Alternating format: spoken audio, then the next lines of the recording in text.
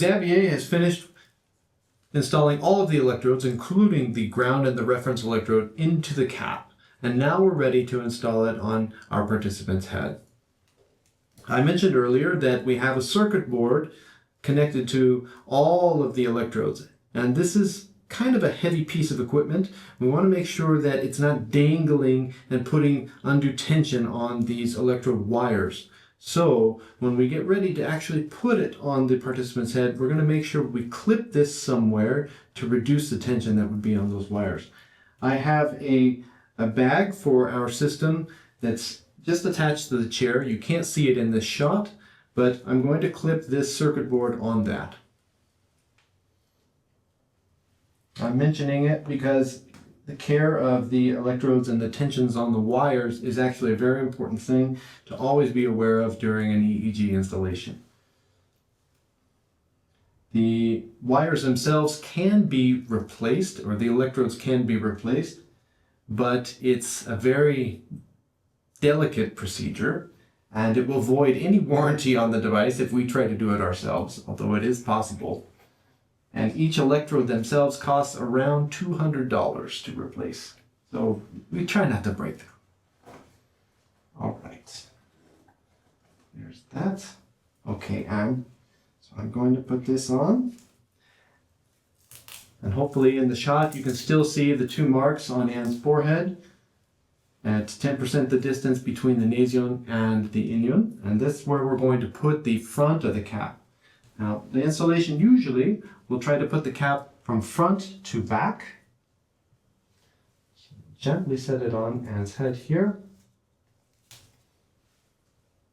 And without pulling her hair out, we will slide it back into position. Don't worry if it's not perfect at first. We will make some adjustments. Go. Key thing is we want to make sure that the midline electrodes are actually in the midline of the head, and that the front of the cap is at the position that we marked earlier with the wax crayon. This will take some pulling and tugging on the cap to get it right. And hopefully your participant will be patient with you as you do this. Just make sure you don't pull their hair if they happen to have some. I don't have that problem. That might not be the last time I make a joke about that in this video. Okay, there's the front. Right.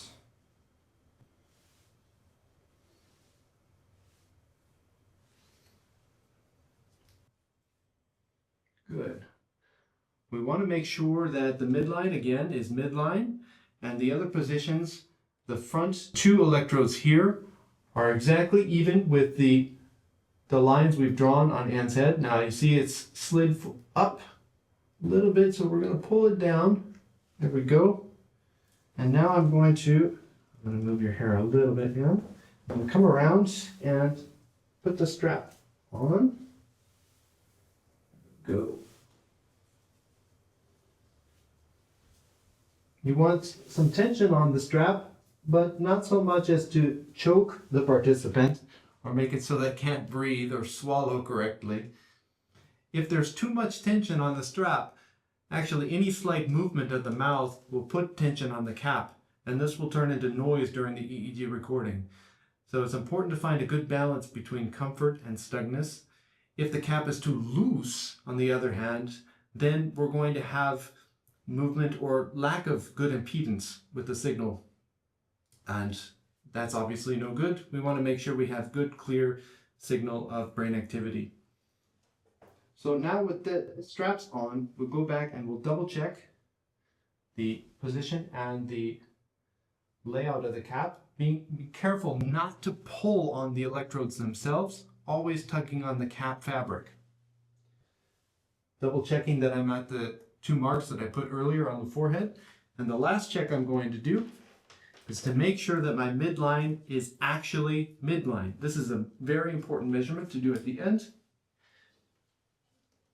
There are two other anatomical landmarks that we're going to use for this, but we can't actually see them very well and on some caps, and that is the case with this one. So what we're going to do instead is use the cap positions to help us.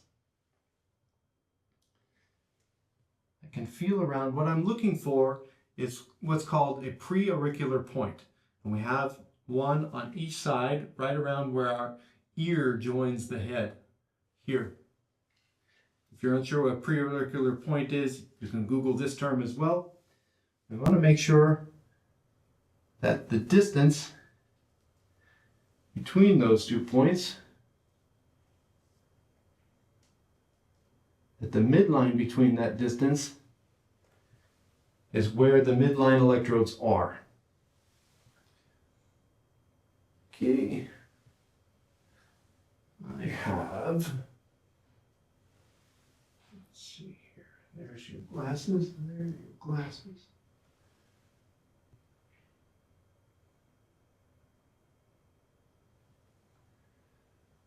So on Ann's head, I have around 35 centimeters. That means that this midline should be at 17.5 centimeters, so right in between. And if it's not, that means we have some stretch on one side or the other of the cap. And we'll need to adjust for that to ensure that the midline is really where it's supposed to be. So, one more double check. I think I need to pull the midline just ever so slightly this way. So I'm going to tug a little bit on your head there, Ann, just to get that in the right spot. There we go. And there. Making sure don't lose this position. There. One last check. Again, these anatomical checks are to ensure consistency of electrode placement across participants.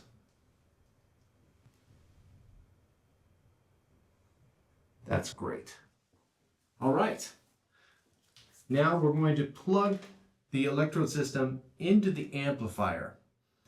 Most electrode systems for EEG have amplifiers, and that is because the signal produced by the brain is very, very weak. The electric potentials that we can measure from the surface of the scalp are so small that without amplification, we're not going to be able to see them.